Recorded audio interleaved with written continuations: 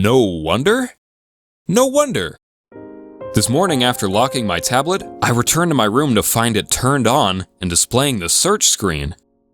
Normally this would require activating the device from sleep mode and then swiping down, at least 2 distinct inputs. I was home alone at the time, so, as irrational as it may be, I found myself wondering for half a second if a force beyond my understanding had somehow influenced the device. This immediately subsided as I reminded myself that I only have a very surface-level understanding of how a tablet works. I knew that in normal conditions, reaching that screen from the state that I'd left the device in would require 2 inputs, one to activate the device, and another to swipe the screen downward. However, I didn't know that some set of abnormal conditions couldn't produce the same state without the usual inputs. The mental image of a phantom finger swiping downward on my device was replaced by the vague, pseudo-explanatory umbrella term glitch. Surely the code, the exceedingly complex facts of the tablet which I knew to exist, made positing additional explainers premature. If I lack a mature understanding of the facts that I already believe to occur, such that I cannot conclude some state of affairs impossible to follow from them, then I shouldn't posit a state of affairs that I don't know to occur as an explanation for that state of affairs. For all I know, I may already have every piece of the puzzle, so presently introducing more could only complicate its solution. I was reminded of a familiar dismissal I heard whenever I would ask about a strange sound coming from elsewhere in a house. The house is just settling, people would say. You know, houses are complex things. An unexplained noise may be the effect of any number of mundane causes. Suppose the house had been cold and is now warming up. Maybe the wood is expanding or something. Maybe there are slight cracks in the foundation. Maybe the home's weight on the soil below is causing gradual shifts. Enough is already known about the house to make it sufficiently complex to make explaining any given unknown sound heard within it by supposing additional sound makers unnecessarily speculative. Yet, to suppose a thing like a house or a tablet so complex as to have effects not immediately discerned from their causes is to acknowledge a multiplicity of interacting elements. Initially, I don't discriminate between these elements with regard to the complexity of the system which they constitute, as I do against later element candidates, having recognized the emergent complexity of the former elements as said complexity did not initially exist. Whoa!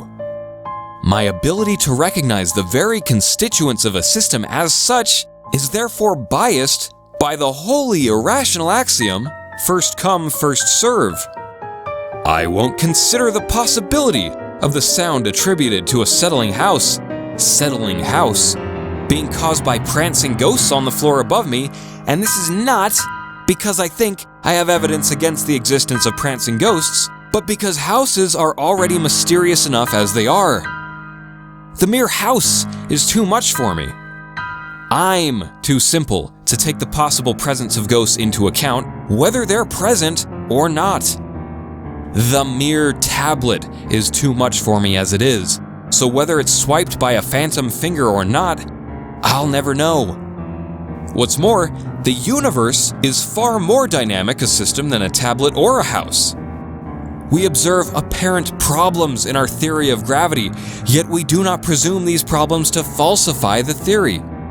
We dismiss the problems as if they were solved with a pseudo-explanatory term, dark matter, as I did for the tablet with the word glitch. If you pressed me, I'd freely admit that I don't know what kind of a glitch could result in the tablet's activation and change to display the search bar, nor do physicists know what kind of matter could be dark. But gravity came first and so has been served first. We can't inductively reason our way out of this dilemma. Are we to expect the quantity of our system's elements to continue exceeding our initial assumptions? Or are we to expect them to remain static because novel observations have been shown to be consequences of known elements? Dynamical theories are easy to conjecture to explain observations, but only to a point. After that, new observations are doomed to go unrecognized as such because, for all anyone can know, they may only be complicated consequences of old observations. Those old observations don't face the same barrier to integration that the new ones do, because they set the terms according to which the new ones will be interpreted.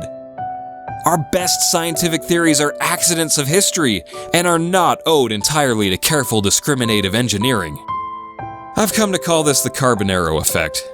Have you seen that show? I'll give a brief synopsis. A street magician casually performs what would seem to be miracles in mundane circumstances. When the public sees and reacts to these wonders, the magician dismisses them by suggesting that they're only the result of something he calls the carbon arrow effect. He assures them that it's a science thing, and though the public doesn't understand what they're seeing, or the explanation that they've been presented with, they're typically content to take the matter in stride. Rarely do any say, "That can't be. Hold on, this is either a prank or a genuine interference with nature by supernatural power."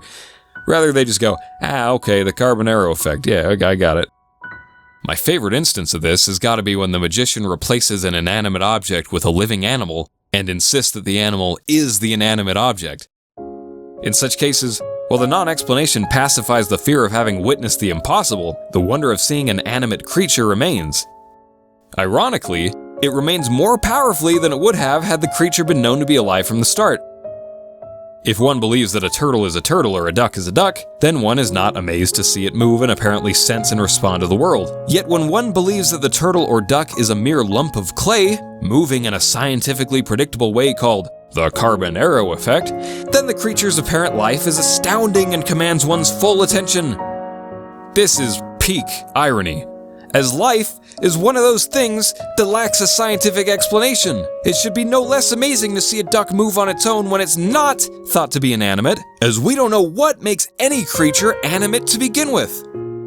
Of course, philosophers of science are content to dismiss this mystery with the same sorts of non-explanations that the magician did.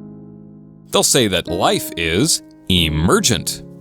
This means that it came about as a result of a complex process, only of stuff that we acknowledge to occur. Just don't ask what that complex process might consist in. Or so faith compels our belief.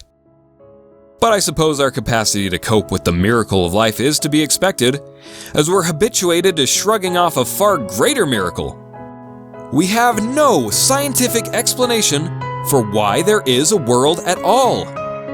Indeed, there can be no such explanation, as the mode of inquiry that is called scientific presupposes the existence of a world. To explain something scientifically is to explain its accordance with a presumed natural order.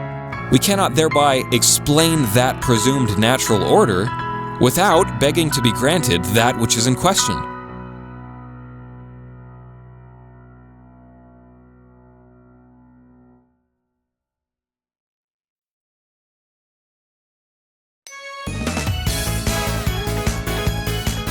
Next time on Abs-Gabs, the empirical incommensurability of psychology and neurology. Like the video and subscribe.